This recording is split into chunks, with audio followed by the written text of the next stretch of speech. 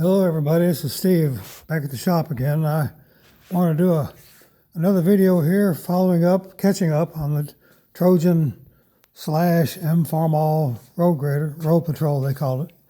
The actual name is a Trojan Utility Speed Patrol on this particular model. I've got it back together, got the blade put on it. I had it out in the yard the other day, tested it, make sure my hydraulics all worked. Let me come around here. I got everything greased up where the blade will actually rotate back and forth, front to back. I made these hangers. Every time I see these machines, all this business down in here is always chained up on the frame, and I didn't want to do that. So I made this concoction here. I made sure that everything was G70. I couldn't prove that was right, that this is G70, but it is load rated at 3,300 pounds. And an M Farmall weighs, what, 3,000 and something by itself. I've got this exact setup on either side to split the weight. I'm quite sure that that carriage there with the blade and all doesn't weigh as much as a Farmall tractor, so that should be good. But anyway, I tested everything. Hydraulics work great. Getting it back together. I'll come back around here and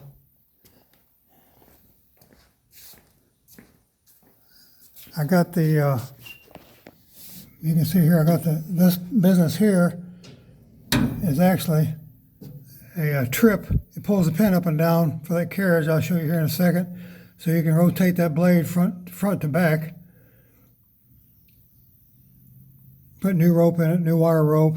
Some folks call it cable, but I think technically it's wire rope. That's what we called it when I was working in the crane shop, crane business years ago.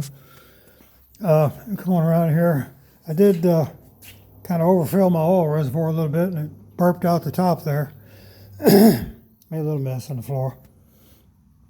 This particular unit here, I put this power steering on this tractor here. I think I mentioned it before. Normally there's a pump right here that runs all the hydraulics of the machine itself.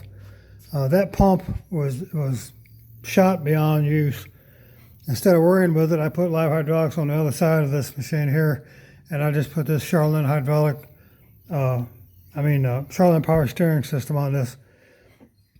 Use the space over here for the power steering. Or normally there would be the hydraulic pump would be sitting here, taking up this piece of ground. There's the other hanger I was referring to.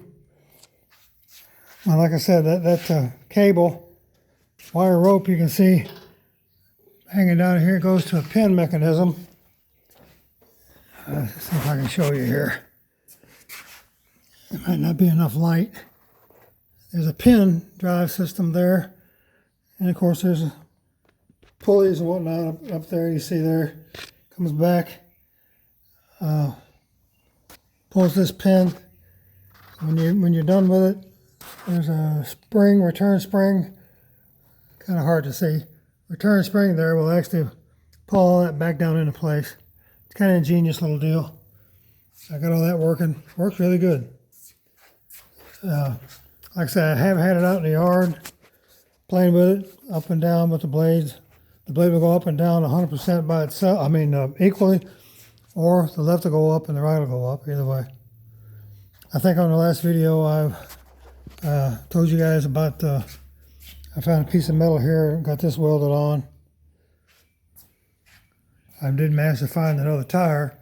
And finding 18-inch tires that are tall enough to raise the front end of this thing up as high as you need it to go is not necessarily an easy task unless you want to spend some serious money, which I don't. So anyway, there's one of these days I'll get around to getting some rear tires that match as soon as the budget will allow. But right now, I'm not overly concerned about that. If somebody don't like it, they can always volunteer and give me another tire. But that's it right now for catching everything up to date here. I'm going to go out here. I'll be out here on the place here before too long, and I'll take it out there in the yard and I'll make a video of it. Raising and lowering and all that. Now when I get done with all this, I got to clean it up and set out here. I got dusty as all get out, hanging out here in the shop. everything out here is dusty right now. When I get all this put back together, when I get it washed, I get out there in the yard, get that video. When all this is said and done, which is pretty soon to be, my next project is going to be this Stage 2 Super M. And I want to build that tractor from parts. I've got enough parts around here to build a couple of tractors from scratch. I've always been a fan of the Stage 2 Super M. Stage 1 doesn't move the needle none for me because it's nothing but basically it's just an M with a slightly bigger engine and disc brakes. But now Stage 2s I really like. So I've got the 10 and everything. I'm looking for me an engine to put on it. That engine right there is junk. That tractor right there is actually what came with this unit right here. And I bought this other tractor up in Missouri. It ran sorta. It would crank and try to run. It didn't smoke like a freight train, so I went ahead and bought it and got the engine running. It runs really good. It runs sweet. It's got one of those governors. It's when they snap in, when you get to so many RPMs, that sucker will snap, which if I had known that at the time, I had to fix the governor when I bought it, and when I wasn't paying attention to how many weights was on it when I rebuilt the governor, and I inadvertently put a darn one of those high RPM governors in it, and I wish I had enough for this tractor, but oh well. But anyway, that's kind of catching us up to date here. It's kind of a unique looking machine, to say the least. And trust me, you can put it, if you're going to spend the money, don't waste the money on a plain Jane down the drain M. Find you something like a Super MTA or high drum cotton tractor or some kind of a MV or something of this nature. You're going to spend just about the same amount of money. Might as well make it worth your while. All right, this is Steve again, back at the shop. Thanks for watching.